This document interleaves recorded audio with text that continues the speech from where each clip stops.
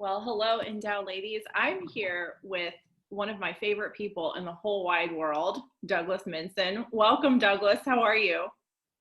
Great, Simone. It's good to be with you. Douglas is one of those people, and I know I've outed others on this podcast, who I just, he is hard to get. But I'm so happy that he agreed to do this podcast. He is the headmaster of two schools, Our Lady of Mount Carmel, which is K through 8, correct, Douglas? Yeah, well, we have a pre-K program, but yeah. Program as well. And then the just founded in 2020 Lumen Gentium Academy. I don't think I've ever heard of a school named after a papal document or a magisterial document. Well, I mean, it was really providential as we were seeking a name for this new classical liberal arts high school. The high school itself came out of the work that we've been doing with Our Lady of Mount Carmel School in the parish. So although Lumen Gentium Academy is not a parish school, it really is the work of the parish community. Wow. And the slogan for the parish is Lumen Gentium. And as you know, the work of education, I don't know, maybe our conversation will take us here, but the work of education in so many ways is not only to prepare young people to be saints, right? We think of that in terms of what their inheritance will be or what they'll come to possess or the happiness that they'll come to know. But really the work of a school community is to prepare young people to be witnesses, right? To be martyrs and to be the light of the world. And as we thought about that and we thought about what this parish exists to do, which is to prepare witnesses, to prepare Lumen Gentium, the name for the school just came quite naturally. Oh, that's beautiful. I love that. We have actually an Endow study guide on Lumen Gentium. That was our study of the month back in January because we just wanted to set the new year after a very weird year straight with the fact that everything that you just said, that we're called to be salt and light of the world. So I think it's a great work of the Holy Spirit, especially because it came organically through the parish, that here through all of our kind of difficulties, here's the light of nations and the people behind it who are going to restore and rebuild the temporal order. So. Again, it might be the kind of thing that we'll end up chatting about, but the work of education, if it really is just to prepare people to get what they want out of life, then we're really missing the animating spirit of why Catholicism is so invested in education. Why do we do this? What is the point of Right. education at all? So it really informs what we do, the way that we do it, all the way up and down. Oh, I love it. Okay, well, I hope our conversation takes us there. Maybe we'll circle back to it. But again, you're just one of these very frustrating people that I'd like to talk to about a million different things. So I'm already saying before we've even finished recording this podcast that you have to come back and talk about some other things. But I actually wanted to talk to you about reading out loud, because that is our classic Endow study method. So we have these small groups of women all over the country and the world, and the classic method, I mean, there are other ways to use our text, to use our study guides and study, our documents, but the classic method is actually to sit in a circle and to read to each other. And I think there's a value in that. And I wanted to talk to you about it because I have fond memories of you reading things to us out loud in our fellowship and just in with your children. And I just remember you telling me, we're rereading out loud Lord of the Rings. And I'm like, oh gosh, someone's doing life right. So can you talk to us a little bit about why it's a valuable way to read?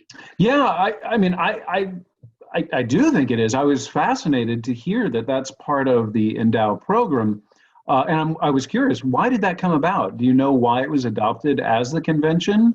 Or is it just an instinct, an impulse, something that, happened and they just kept doing it? Great question. I don't actually know. I need to talk to the founders and ask why that came about. I think part of the reason is that intellectual formation it's an incarnational way to do it.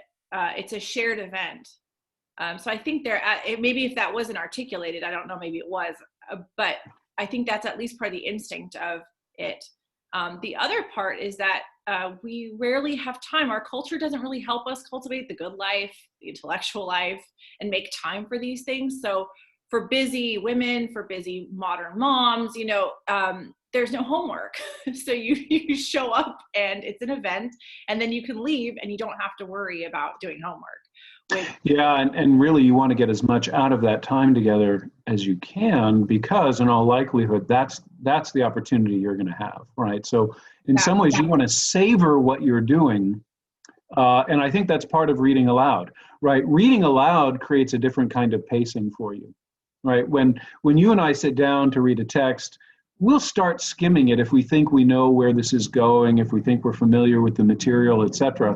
And what reading aloud does is it imposes on us a different kind of pace at which we receive these things.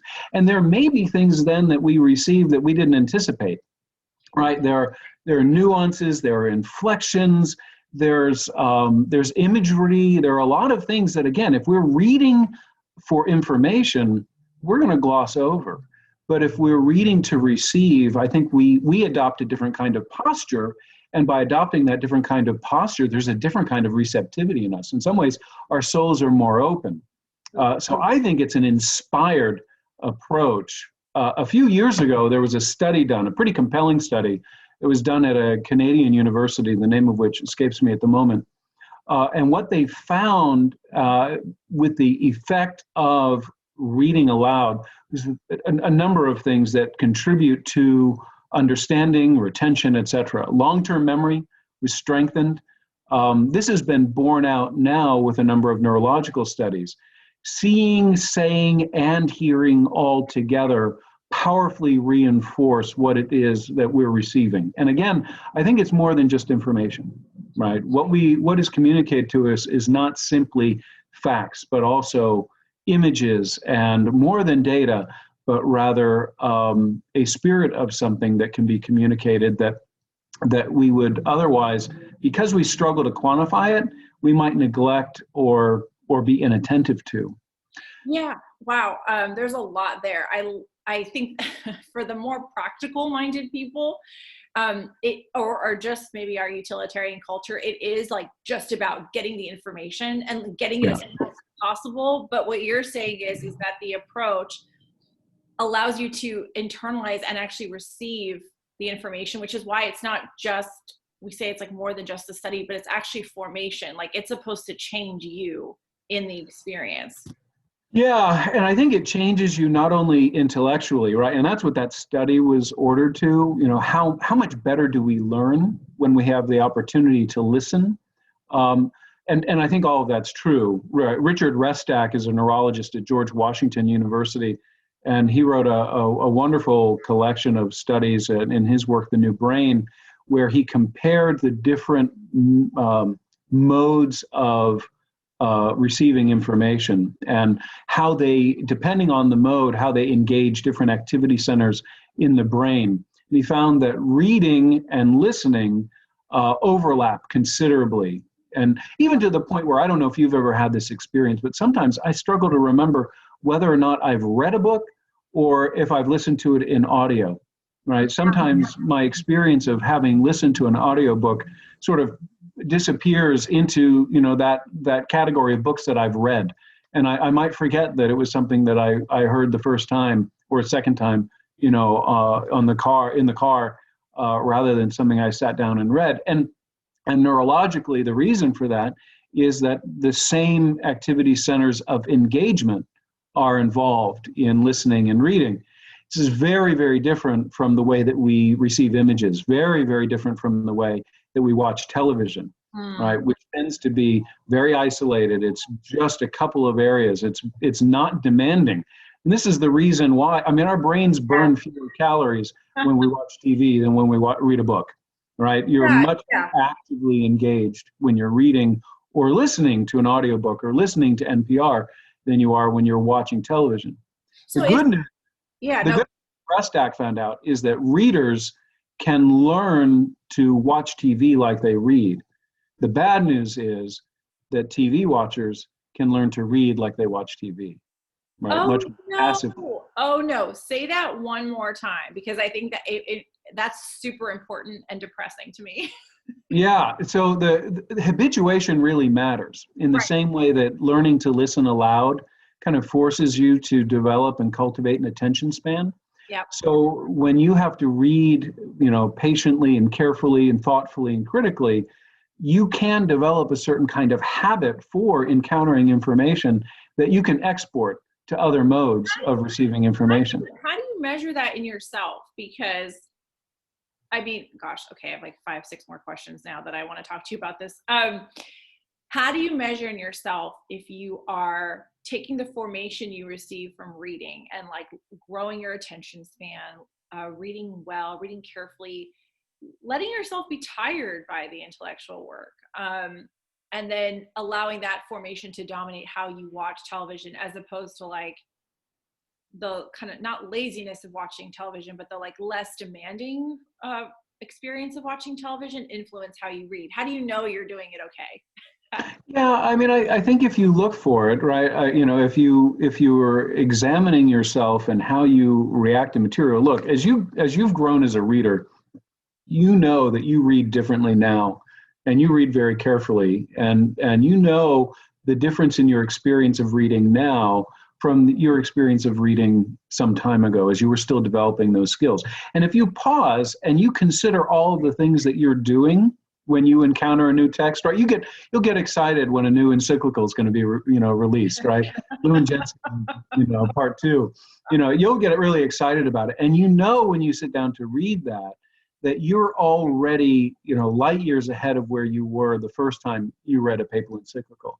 There's so much background information, there's so much structure, there's so many expectations that you bring that have in many ways prepared you to receive it, right? Your soil is now tilled as a reader. Yeah. And I think you can, if you examine yourself, you can ask yourself, is this the same way that I'm watching something? Am I watching, and am I inclined to generate the same kinds of questions as I watch this particular film, or the like? And of course, I think the disposition is going to be commensurate with the subject matter. Right. One of the reasons that watching television can be so numbing, right, is because we go to it for a numbing experience. We want to turn off. We want to veg, right? We don't want hard work. Right. And so it's not only less challenging, but the medium itself limits what is able to be presented. Yeah. I happen to think that some film, some cinema can be every bit as much an art form, and can be every bit as challenging, can be every bit as thoughtful as a good novel. But I don't know that the medium encourages us to see it that way unless we bring something to it. I felt that way watching A Hidden Life. Did you see it? Yeah. Yeah, beautiful film. Yeah, I felt demanding of me, not just because of the content, but also just the way that it was made. And it's such a quiet film. I mean, Terrence Malick uses silence better than just about any other film director that I know. And in a way, that silence invites, he not only delivers things very patiently and gives us time to receive them and time to digest them, but the silence that he uses also invites us to engage what we're seeing.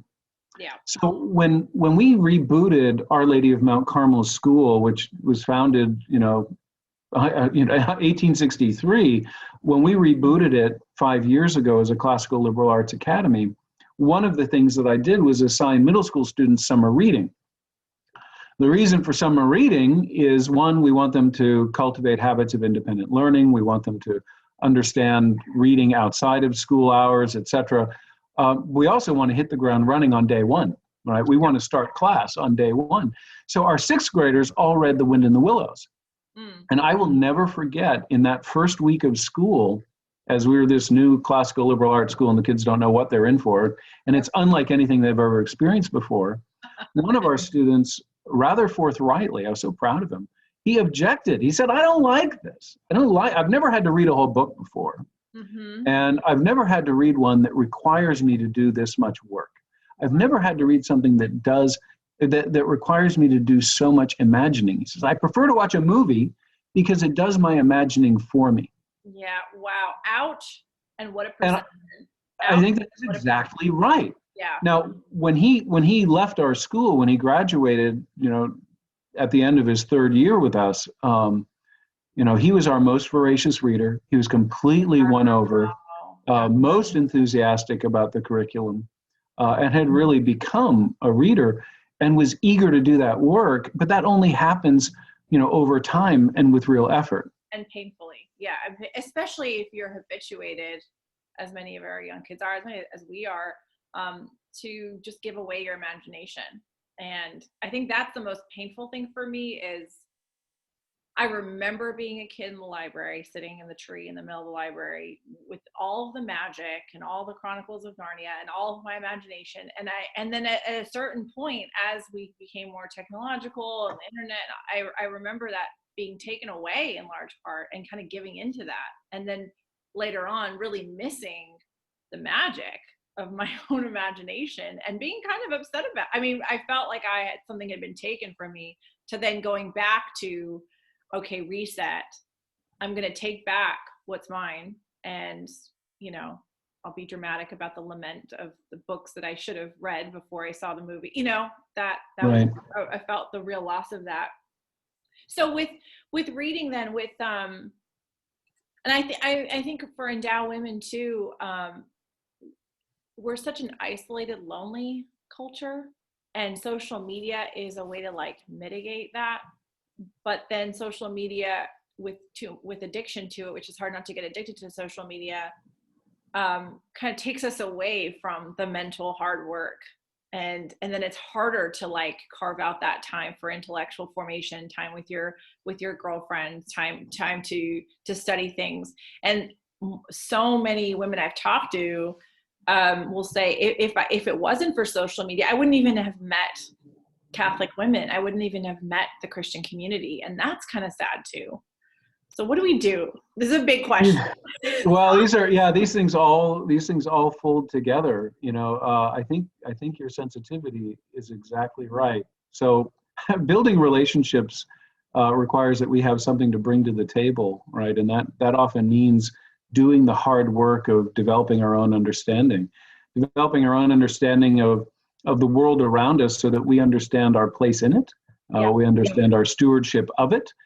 We understand the gifts that we've been given that are ordered to something beyond ourselves, right? So really, if we take seriously the maxim to know ourselves, then that involves some hard work. That's really what schools are supposed to do, right? You could say that the work of cultivating saints is the work of cultivating people with the capacity for self-knowledge, which means then they recognize that they're created in the image of God, which means that they're then conditioned so as to be in relationship with other people, right? Mm-hmm. Which means that then they're then equipped to participate in public discourse, which means then that they're disposed to loving their neighbor, which means that they have the capacity for friendships, which means we actually can seek and find the good life, that the kingdom of God can break into the world as we know it now, which means we are called to be the light of the world. Yes. Lumen Gentium. I love that. And that's everything that you just articulated brilliantly is actually very hard to I mean, for women who've been doing Endow, they get that. They get the fact that actually this very simple thing of reading a text out loud together, letting that, entering into that intellectual work, doing it with people that you are intentionally cultivating relationship and friendship with, is actually a cultural game changer. Granted, that we're really entering into it and becoming what you said. I think it's inspired, and I think it's inspired for the reason that you introduced at the beginning, right? What probably guided the impulse is that it is a way for what can be, and what is always an individual act, always inescapably, can also become a social activity. It can be a shared enterprise. Yep. And then we have the prospect of real communication, right? When we think about the poverty of our relationships today, we think about the kind of isolation that we feel. And the reason that we gravitate to social media is that we lack real communication. Communication isn't just waiting to say something or having a chance to say something. It's about a real sharing, right? So where is it that we have something that's shared? And what it sounds like to me is that these study groups rather brilliantly create the conditions for women to get together to share something that's truly ennobling and helps them to become more fully and completely who they are, that then they're equipped to do the things that we're all called to do. Oh my gosh, absolutely. That's absolutely right. That's a huge different understanding than just these cozy little small groups at church or at your house. I mean, right? This is beyond just these like comfortable little places, because that is what women are craving. They're craving connection, communication, friendship, and learning. And we need to learn, and we haven't been given a lot of the resources to learn. And if our friendships are going to be based on something deeper than just what we consume together or our political persuasions, if it's going to be based on something grounding, then it needs to be able to be accessed, and accessed in a method that disposes one to receive everything that the Holy Spirit wants them to receive. And so in that way, it's not just intellectually perhaps challenging, but even more so emotionally challenging, because you have to grapple with the self. Then you have the self-knowledge. This document or that has given you another piece, another layer of self-knowledge, another moment to examine the life that you're living. And then something has to change. Yeah. And maybe all the more reason then that the mode of reading aloud is so inspired, because not only is it then a shared social act, but that pacing helps to remediate our temptation to be impatient. It helps to address the demand we have for instant gratification, because some of the truest things can only be known when they're savored, right? Do you really know what that Chateauneuf de Pape tastes like if you just drink it like a Coke? Do you really have the encounter, with that Sauterne if you just, toss it back? Like, no, you don't. You don't know the thing, right? The thing that we want to know, this is a core Aristotelian principle, the thing that we want to know dictates the terms of its being received, dictates the terms of its being known. And that I mean, obviously, the knower has something to say about that, but the knower has to prepare himself to receive it. And so I think that pacing in some ways suggests that the material itself guides the rapidity with which it can be received by the learners. Oh my gosh, exactly. The object determines the method is like the short way. Yeah, so hard things take time and repetition, right? And patience, and skills are developed with those same kinds of habits. And really what you're talking about is creating a learning community, right? It sounds a lot more like education than indoctrination. Indoctrination, we just download the information, right? We just want to plug in our brains to just get content. But learning and truth isn't received like that, right? Truth isn't a matter of just identifying facts, just being, data mavens or something. Truth is about being reshaped by the thing that is known, right? It transforms us. Truth is the conformity of the mind with what is real, right? So that means that our mind and our imagination has to be in a fruitful encounter with the thing that we presume to know. And you know what? That may not be something that happens in one shot. It may take a lot of time. Oh my gosh. See, guys? See, ladies? See why I wanted to talk to Douglas? And he'll kill me for that. But I mean, yeah. And Douglas, I mean, you know this, but I mean, you were one of those mentors, you still are obviously, but one of those people that meeting you and the others that I met with you, it was like walking through the wardrobe in The Lion, the Witch, and the Wardrobe. There was a huge, I'm very sensitive person, intuition, perception in me that was like, this life that modernity is proposing to me, it just doesn't really correspond to my heart. This isn't exactly what I'm looking for here.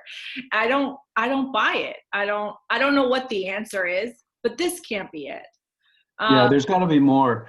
And the problem is that we should be given that sense of the scope of what is to be known through our educational experiences, but instead our experience of schooling is some kind of demythologizing, right? Schooling is supposed to strip us of wonder, right? You start with a question, and the idea is school makes all your questions go away. But I'm glad you invoked the image of the wardrobe, because that's what school should be. Every school should be C.S. Lewis's wardrobe. The inside is infinitely bigger than the outside, right? And right. when we're driven by wonder to investigate reality itself, we discover that the answering of our questions only leads to the deeper and deeper magic. Right, exactly. I was just talking to a friend of mine who's just about to finish her master's degree. Actually, Douglas, you were the only one that I talked to when I was going to go study theology that understood why I was going to study theology. Because everybody kept asking, the question we always get, right, when you study these things, well, what are you going to do with it? What are you going to do with it? And I remember, the more important question is, what is it going to do with you? Oh, there we go. And I remember talking to you like, could you please give me something to tell these people? Because the truth is, I'm studying it because I want to, because I'm curious. I didn't have any other reason. I really didn't. But so many people kept asking because it seemed so impractical to go from a marketing career in Southern California to like an obscure Catholic school in Virginia to study theology. I mean, it's a crazy thing. And you said, well, you're studying it because it's important to know these things. These are important things to know and to learn and to grapple with. And I remember feeling so happy and so known and so understood, because that really was the only reason. And so, that's all I could say. I mean, it wasn't to go I did end up working in a church and teaching high school theology and doing all these things, but that wasn't at all on the intention whatsoever. I truly went to study simply because I had been deprived of an education, and which is why I'm actually very passionate about getting Endow out there more, because not everybody kind of has that luxury to just drop everything and go study these things. And it's our inheritance. This is our spiritual, intellectual inheritance, and we ought to study it, whether you're a professional philosopher or not. And everybody is called intellectual and philosophical thinking, And do you have any things you want to say about that? Because it's annoying. So many things, Simone. So many things, Simone. Yeah, I mean, we've mistaken training for education. Right. We forget that education is supposed to draw something out of us, right? To educate is to educe. And you are created in the image of God. Aristotle is exactly right. The soul is, in a way, all things. You are made to commune with the font of being himself, right? You are made to be brought into conformity with the one who is all. Right? And the only way that happens is through you having the opportunity to come to know him, to know his attributes, and to be reshaped by them. So the world is before you to be known, right? And the heavens declare the glory of God. It's all on display in order that we might plumb their depths and delight in his goodness as we come to see him as he is, right? And instead of serving up this patrimony to young people, so that they can then realize the capacity to do and be anything that God calls them to be. Instead, we try to put them on these tracks. We put them in grooves, right? And isn't that what training is? Training is driving a groove into something. It puts you on a track so that you can't move to the right or to the left. You just move faster and faster and faster. No interesting. That's how we think that's a sign of accomplishment or intelligence. What's that, Douglas? Huh? What you just, I missed what you just said. I'm sorry. Oh, I said, when we train someone, instead of understanding being the aspiration, instead of thinking more deeply or richly, the approximation of intelligence is just moving faster on that track. Right. That's what training prepares us to do. Whereas real education invites us to ask questions, right? And then to seek those answers. to think God's thoughts after him, right? That's what education should prepare us to do. Yeah, I remember when I was teaching high school, I think we were supposed to fill out these like teacher evaluations, like how do you know your class is going well and this and that. And I remember, I was talking to my boss or a fellow teacher. I was like, yeah, they're very intellectually curious. And I think it was my boss at the time. He's like, great. So you have managed to not eradicate what God has already given them, which is exactly. Yeah. At the very, as an educator, at the very least, don't ruin the curiosity that they were already born with. And as soon as we tell them the end of your education is already stipulated, right? It's getting a 1600 on your SATs or whatever number they're using now, or it's getting into that goal. It's really just about some kind of accomplishment, some kind of measurable accomplishment. As soon as we tell them that that's what the goal is, right? They're going to hurry to get there, or they're going to just give up, right? They're either going to become cynical and disenchanted, or they're just going to pursue that course and they won't see anything else around them. And what we see then is that the shortcut becomes a short circuit to understand. 100, exactly. The shortcut becomes I love that, because you didn't learn who you were in any of this. You didn't allow any of this to change you, to form you, and to pay attention to the Holy Spirit's maybe interesting detours for your life, right? Yeah. Have your goal, fine. But, be on the educational journey whereby you are, beating with the same drum as the Holy Spirit. He's going to be a step ahead of you, and then see what happens next. And then it becomes an adventure. And then the kids and all of us aren't bored, but school is boring because everything's been figured out for you already. Yeah, well, and that's why a liberal arts education is not simply an aesthetic option. It's not something that appeals to some because we have artistic personalities or something else. It's what liberates us from the captivity of that, training prison, right? A liberal, if you are particularly inclined and oriented toward mathematics or physics or something of that sort, you still need literature. You desperately need literature so that you, or poetry, probably poetry. I'm becoming more of an enthusiast for poetry every day, because without it, you have a truncated view of what the world is. Your efforts to succeed in your preferred or chosen subject area are actually undermined. Right? You will not be as effective at understanding the language of mathematics that describes a relationship between quantities that in some ways imitates the very mind of the Creator, unless you understand the poetry with which he composes the whole, unless you understand why there is cerulean, right? Unless you understand why melody finds rest in certain kinds of resolution. Unless you have those things, you won't understand physics. You won't understand. And by understand, there's also the implication of you won't enjoy it. That's right. You won't enjoy it, which means you're, like you said, short-circuited to what your relationship with that could have been. And if you don't fall in love with what is lovely, have you really known it? Oh, well said. Well said. And then,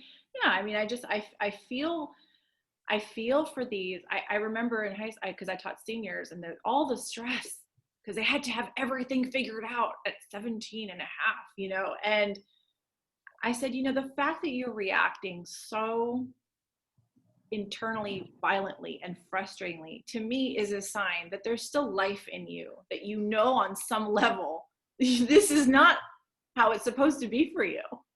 Yeah. Yeah, it shouldn't be like this. And what's your reward?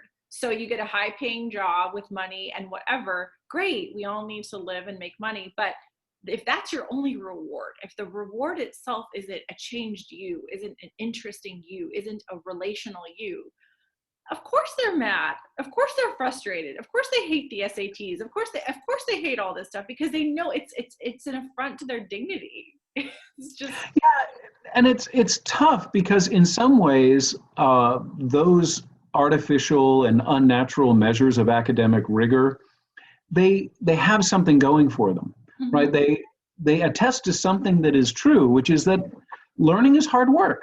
And it's okay to be frustrated, and it's okay to have to persevere in adversity, right? All of those things are true too. But somehow those things have to contribute to, they have to result in our taking great satisfaction in finding rest. Yes. And what I don't see in these poor, tormented young people's lives is that they are finding, peace, that they are finding joy in what they're doing. I'm delighted that our kids are working harder, because you know me well enough to know that I wanted to roll out this new high school very methodically. And I thought that'd be great. We'll start with a 9th grade class. We'll add a class every year, and everyone will get the complete experience the way that it should be done.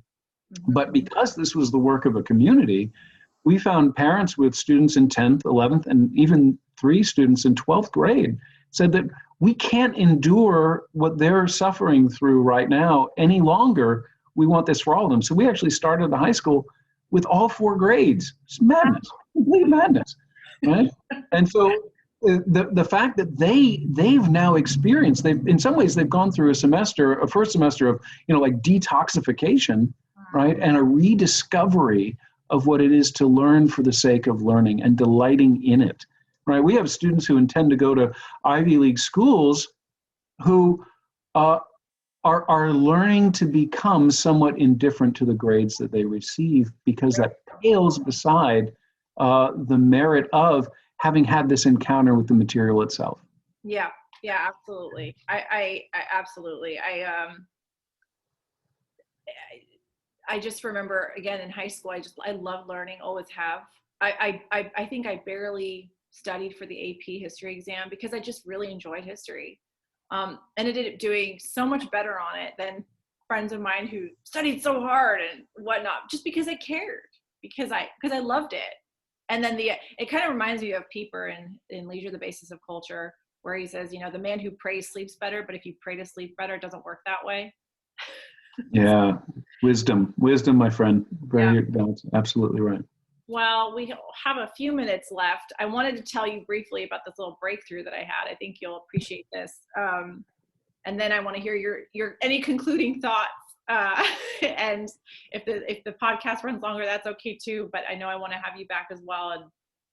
But I was at Barnes and Noble's. California recently opened up again, and I was looking. Of course, the first place I go is the bookstore, and just looking at all these books, completely frustrated that I will never read all the books I want to read. And this is like always my daily torture, and I had this little breakthrough. I'm being personal here on the pod, but I finally decided that instead of being frustrated, keep the healthy frustration, but instead of just feeling like, oh, if only you read fast enough, if only you started sooner, if only you had, I started to see then the books and the bookstore and the Barnes and Noble as a promise of the kingdom, that this delight you feel entering into this space, knowing that you cannot really read all the books in here that you want to read, is just a little foretaste. It's a promise.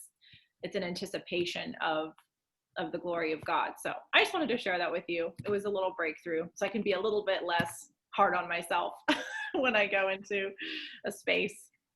Yeah, I think you should be less hard on yourself. I get really nervous when it comes to eschatology, right?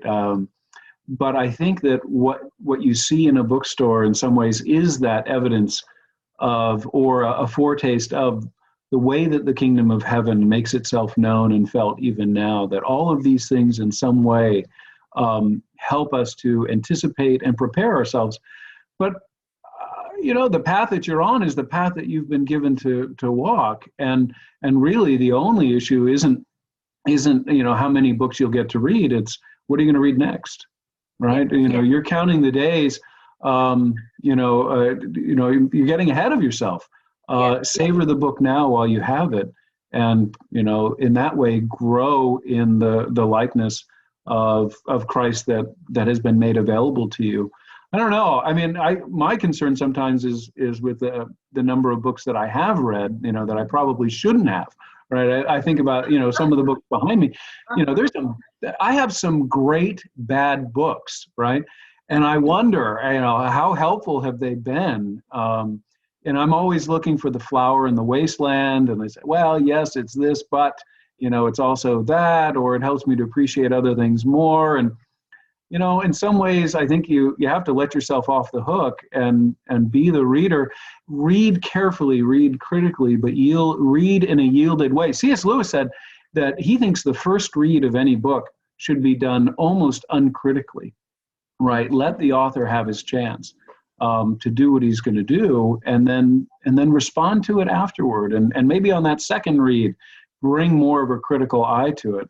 I mean, for goodness sakes, Flannery O'Connor sometimes said she didn't even know what her stories were about, right? And had a chance to talk with people about them, and a chance to unpack them and explore them. So, yeah, don't not only don't beat yourself up about it, but yield your expectations and remain open to being surprised, because the wonder that animated you as a child, it lives within you now, and it has no less occasion to be realized and to be satisfied than it did when you were little. Thank you so much, Douglas. I appreciate that. Appreciate this interview. This is just, by the way, we're thinking of Flannery O'Connor's study is in the pre-production. So that's exciting. I know. I'm very excited about it. All right. Especially these days. I mean, she's really taken it hard, of late. There was a really irresponsible, piece that came out on her that I think it's been answered somewhat effectively, but we live in difficult times if we want to walk the path of wisdom, because the very possibility of being able to enter into conversation with wise voices to lead us is being called into question, right? The very idea of being able to learn from the past, or from past figures, or figures who may have had foibles or who lived in flawed times, that's really under siege. So walking the path of wisdom is no easy thing in the best of circumstances.